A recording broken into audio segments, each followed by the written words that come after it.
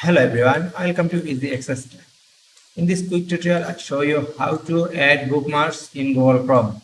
This is very simple and easy. So let's start. First open Google Chrome on your device. Then go to the desired site which you want to add in your bookmark. For example, now I visit in google.com. Now tap on three-dot menu that is located on the top right corner of the screen. Then tap this star icon. See here, bookmark is saved.